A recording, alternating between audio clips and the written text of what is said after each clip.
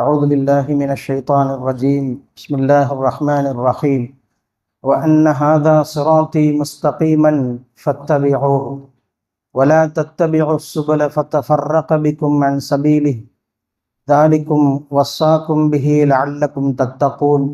صدق الله مولانا العلي العظيم. அல்லாஹுவின் நல்லருளும் ஈருலக நாயகம் ரசூலுல்லாஹி ஸல்லல்லாஹு அலைஹி வஸல்லம் அவர்களின் ஷஃபாஅத்தும் நம் எல்லோரின் மீதும் உண்டாகட்டுமாக. நம் எல்லோரின் பாவங்களையும் மன்னித்து உயர்ந்த சொர்க்கத்திற்கு தகுதியுள்ள மக்களாக அல்லாஹ் நம் அனைவரையும் ஆக்கியருள் புரிவானாக. கண்ணியமிக்க முஃமினீன்களே, அல்லாஹுவின் நல்லடியார்களே, ஓதப்பட்ட அருள் வசனம் சூரத்துல் அன்ஆம் 153வது வசனத்தில் அல்லாஹ் இப்படி பதிவு செய்கிறான். வஅன்ன ஹாதா சிராத்தி முஸ்தகீமன், இதோ இதுதான் நேரான பாதை. ஃபத்தபிஊஹு, இந்த நேரான பாதையை நீங்கள் பின்பற்றுங்கள். வலா தத்தபிஉ சுபுல, இது அல்லாத மற்ற வழிகளை நீங்கள் பின்பற்ற வேண்டாம். ஃபத்தஃபர்ரக பிக்கும் அன் சபீலிஹி, அது இறைவனுடைய நேரான பாதையை விட்டும் அது உங்களை பிரித்து விடும். தாலிக்கும் வஸாக்கும் பிஹி, அல்லாஹ் இதை உங்களுக்கு வசியத்தாக செய்கிறான் என்கிற வசனத்தை நாம் பார்க்கிறோம். அருமையான பெருமக்களே, கண்மணி நாயகம் ரசூலுல்லாஹி ஸல்லல்லாஹு அலைஹி வஸல்லம் இந்த வசனத்திற்கு விளக்கம் தரும் முகமாக சஹாபாக்களுக்கு இப்படி சொல்லித் தருவார்களாம். ஹஜ்ரத் இப்னு மஸ்ஊத் ரலியல்லாஹு அன்ஹு சொல்கிறார்கள், ஸத்தன் நபி ஸல்லல்லாஹு அலைஹி வஸல்லம், நபி ஸல்லல்லாஹு அலைஹி வஸல்லம் நேராக ஒரு கோடு கிழித்தார்கள். பிறகு சொன்னார்கள், ஹாதிஹி சபீலுல்லாஹ், இதுதான் அல்லாஹ்வினுடைய பாதையாக இருக்கிறது. வஹத்த அன் யமீனிஹி வ ஷிமாலிஹி, வலதுபுறத்திலே சில கோடுகளை வரைந்தார்கள், இடதுபுறத்திலே சில கோடுகளை கிழித்தார்கள். சொன்னார்கள், ஹாதிஹி சுபிலுன் லைஸ லஹு ஃபீஹி இல்லா அலைஹி ஷைத்தானுன் யதுஊஹு இலைஹி, இந்த ஒவ்வொரு பாதைகளிலும் வலதுபுறம் இடதுபுறம் இருக்கக்கூடிய இந்த ஒவ்வொரு பாதையிலும் ஷைத்தான் இருந்து கொண்டு உங்களை வழிகெடுப்பதற்காக வேண்டி அவன் இழுத்து கொண்டே இருக்கிறான் என்று நாயகம் ஸல்லல்லாஹு அலைஹி வஸல்லம் சொல்லிவிட்டு சொன்னார்கள், வஅன்ன ஹாதா சிராத்தி முஸ்தகீமன், இதுதான் நேரான பாதையாக இருக்கிறது. அந்த பாதையினுடைய தொடக்கம் இங்கு உலகத்தில் இருக்கிறது என்று சொன்னால் அதனுடைய முடிவு அது சுவனம் போய் சேரக்கூடியதாக இருக்கிறது. எனவே இந்த நேரான வழியை நீங்கள் பின்பற்றி கொள்ளுங்கள் என்று ரசூல் ஸல்லல்லாஹு அலைஹி வஸல்லம் சஹாபாக்களுக்கு விளக்கம் தருகிறார்கள். சங்கைக்குரிய பெருமக்களே, ஒரு 14 நூற்றாண்டுகளாக இந்த இஸ்லாமிய ஷரியத்தை மார்க்கத்தை நாம் இன்றளவும் அது இறையச்சத்தோடு பேணுதலோடு நாம் அதை கடைபிடித்து வருகிறோம் என்று சொன்னால் அந்த நேரான வழியிலே செலுத்தக்கூடியவர்கள் சங்கைக்குரிய சஹாபா பெருமக்கள், இறைநேச செல்வர்கள் என்பதிலே எந்த ஒரு சந்தேகம் கிடையாது. அந்த குர்ஆனையும் குர்ஆனிய அதற்கான விளக்க உரைகளையும் நபி மொழிகளையும் இன்று வரைக்கும் நமக்கு கொண்டு வந்து சேர்த்திருக்கிறார்கள் என்று சொன்னால் அந்த அருள் பணியை ஆற்றியவர்கள் சங்கைக்குரிய சஹாபா பெருமக்கள், அவர்களை அடுத்து வந்த இறைநேச செல்வர்கள் என்பதைத்தான் நாம் பார்க்கிறோம். அவர்கள் காட்டுகின்ற அந்த வழிதான் நமக்கு நேரான வழி. குர்ஆனையும் ஹதீஸையும் கையில் வைத்து கொண்டு அதற்கான சரியான விளக்கங்களை நாம் புரியாமல் நாம் பிறர்கள் சொல்லக்கூடிய பலர்களும் சொல்லக்கூடிய பல கருத்துக்களை நாம் பின்பற்றி நடப்போம் என்று சொன்னால் நாம் சொல்லக்கூடிய வழிகள் நிச்சயம் அது தவறுதலாகத்தான் இருக்கும். ஒரு குர்ஆனிய வசனங்களுக்கு சரியான விளக்கத்தை ஒரு சஹாபி தான் சொல்ல முடியும். ஒரு சஹாபியினுடைய கருத்தை ஒரு தாபிஈ தான் அதை சரிகாண முடியும். தபஉ தாபிஈன்கள் தான் அதை சரியான வழியிலே கொண்டு சேர்க்க முடியும். இந்த வழியிலே வந்த அந்த சஹாபா பெருமக்களை பின்பற்றுகிற போதுதான் நமக்கு அந்த சரியான பாதையிலே பிசகாமல் செல்வதற்கான வாய்ப்புகள் நமக்கு அதிகமாக இருக்கிறது. அருமையான பெருமக்களே, அந்த வகையிலே நாம் யோசித்து பார்க்கிற போது நேரான வழியிலே இருக்கக்கூடியவர்கள் எந்த பாதையிலே இருக்கிறார்கள், எந்த தரத்திலே இருக்கிறார்கள் என்பதையும் நாம் பார்க்கிறோம்.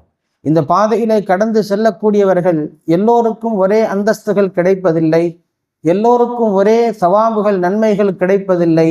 நன்மைகளின் பட்டியல்களிலே வித்தியாசங்கள் இருக்கிறது, தரஜாக்கள் இருக்கிறது, அந்தஸ்துகள் இருக்கிறது. நாம் அந்த அந்தஸ்துகளை நாம் எப்படி எத்த வேண்டும்? ஷரீஅத் என்று நமக்கு ஏற்படுத்தி தந்திருக்கிறார்கள். அந்த ஷரீஅத்தின் வழியிலே பயணிக்கக்கூடிய நாம் அதற்கு அடுத்தடுத்த கட்டத்திலே நாம் எப்படி நம்மளுடைய அந்தஸ்துகளை முன்னேற்றி கொள்ள முடியும், நாம் அந்தஸ்துகளை உயர்த்தி கொள்வதற்கான வழிகள் எதில் இருக்கிறது என்பதை நாம் பார்க்கிறோம். அருமையான பெருமக்களை, பல ஹதீசுகளில் நாயகம் ஸல்லல்லாஹு அலைஹி வஸல்லம் சொல்கிறார்கள், பள்ளிவாசல்களில் தொழக்கூடிய எத்தனையோ தொழுகையாளிகள் அவர்களுடைய தொழுகையினால் ருக்கு சுஜூது தவிர வேறு எந்த நன்மையும் கிடைப்பதில்லை என்று சொல்கிறார்கள். ருப்ப முசல்லின் லைசலஹு மின் ஸலாத்திஹி இல்ல ருக்கூஅ வஸ்ஸுஜூத. நிறைய தொழுகிறார்கள், ஆனால் குனிகிறார்கள், நிமிருகிறார்களை ஒழிய அதற்கான நன்மைகள் அவர்களுக்கு சரியான முறையிலே கிடைப்பதில்லை. ருப்ப சாயிமின் லைசமின் சியாமிஹி இல்லல் ஜூ என்று சொன்னார்கள்.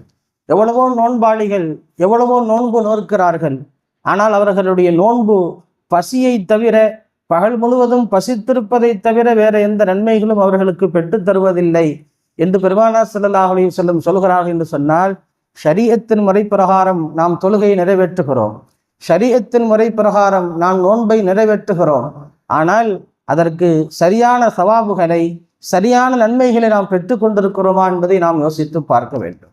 அதனால் தான் சொன்னார்கள், தொழுகையிலே முதல் சஃபில் நிற்பவர்களுக்கு கிடைக்கக்கூடிய நன்மை இரண்டாவது சஃபில் நிற்பவர்களுக்கு கிடைப்பதில்லை. வலதுபுறத்தில் நிற்பவர்களுக்கு கிடைக்கக்கூடிய நன்மை இடதுபுறத்தில் நிற்பவர்களுக்கு கிடைப்பதில்லை.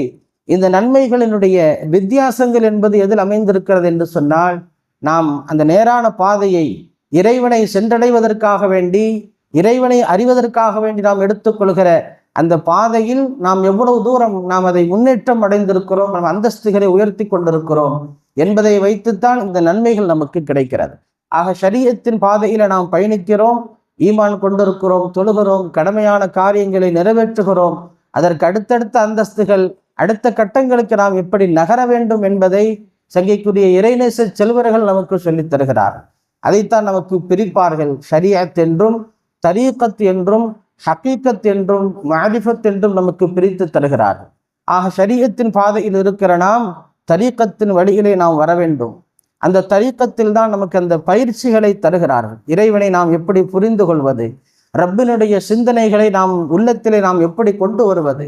தொழுகிற போது நாம் அல்லாஹ்விடத்திலே பேசி கொண்டிருக்கிறோம், தொழுகிற போது நாம் அல்லாஹ்விடத்திலே உரையாடி கொண்டிருக்கிறோம்.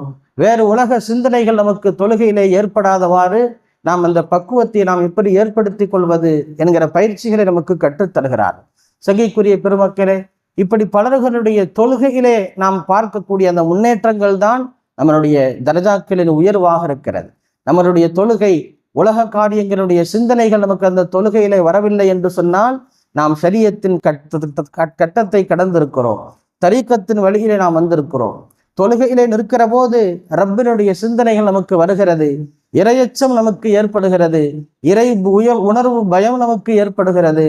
ஒவ்வொரு நிலையிலும் அந்த சிந்தனையிலிருந்து மாறாமல் நாம் தொழுது முடிக்கிறோம் என்று சொன்னால் நாம் நிச்சயம் நம்மளுடைய ஷரீஅத்தின் கட்டங்களை கடந்து நம்மளுடைய தரஜாக்கள் உயர்ந்து கொண்டே இருக்கிறது என்பதற்கான அடையாளமாக நமக்கு இறையேச பெருமக்கள் நமக்கு சொல்லித் தருகிறார்கள். சங்கைக்குரிய பெருமக்களே, அந்த வழியிலே பயணிக்கக்கூடியவர்கள் தான் அந்த இலகுவான பாதையை சென்றடைகிறார்கள். இலகுவான அந்த சுவனத்தினுடைய பாதையை அவர்களால் எத்த முடிகிறது என்று சொன்னால் இது போன்ற இறைநேச செல்வர்களுடைய வழிகாட்டுதல்கள் நமக்கு உறுதுணையாக இருக்கிறது. பல்வேறு சஹாபாக்களுடைய தொழுகையை நாம் பார்க்கிறோம் அல்லவா.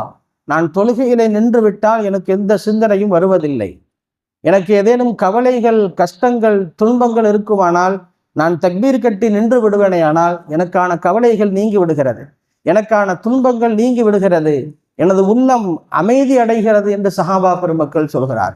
போர்க்களத்திலே, யுத்த களத்திலே காயம் பெற்றிருக்கிற தோழர்கள், அவர்களுடைய உடல்களிலே அம்புகள் தைத்திருக்கிறது. அந்த அம்புகளை எடுப்பதற்கு அவர்கள் எடுக்கக்கூடிய சிகிச்சைகள் தொழுகையாகத்தான் இருக்கிறது.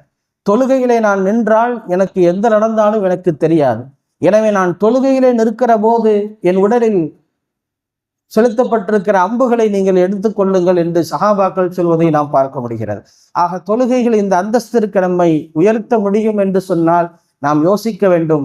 இந்த கடமைகளை கடந்து நாம் இறைவனை நாம் எப்படி நாம் சிந்திப்பது, வேறு இறைவனை நெருங்குவதற்கான வழிகளிலே நம் உள்ளத்தை நாம் எப்படி பயன்படுத்துவது, எப்படி நாம் பக்குவப்படுத்துவது என்ற சிந்தனைக்கு நாம் வந்துவிட்டோம் என்று சொன்னால் அடுத்தடுத்த தரஜாக்களை நாம் இலகுவாக கடக்க முடியும்.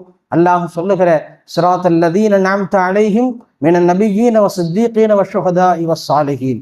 அல்லாஹ் எந்த மக்களுக்கு நிஅமத்துகளை செய்திருக்கிறானோ அப்படிப்பட்ட நபிமார்கள், சித்தீக்கீன்கள், சாலிஹீன்கள், ஷுஹதாக்களுடைய வழிகளிலே நாமும் பயணிப்பதற்கு அது இலகுவாக அமையும். ரப்புல் ஆலமீன் அதற்கான நல்ல வாய்ப்புகளை நம் அனைவருக்கும் தந்தருள் புரிவானாக. வாஹிரு தஅவானா அல்ஹம்துலில்லாஹி ரப்பில் ஆலமீன்.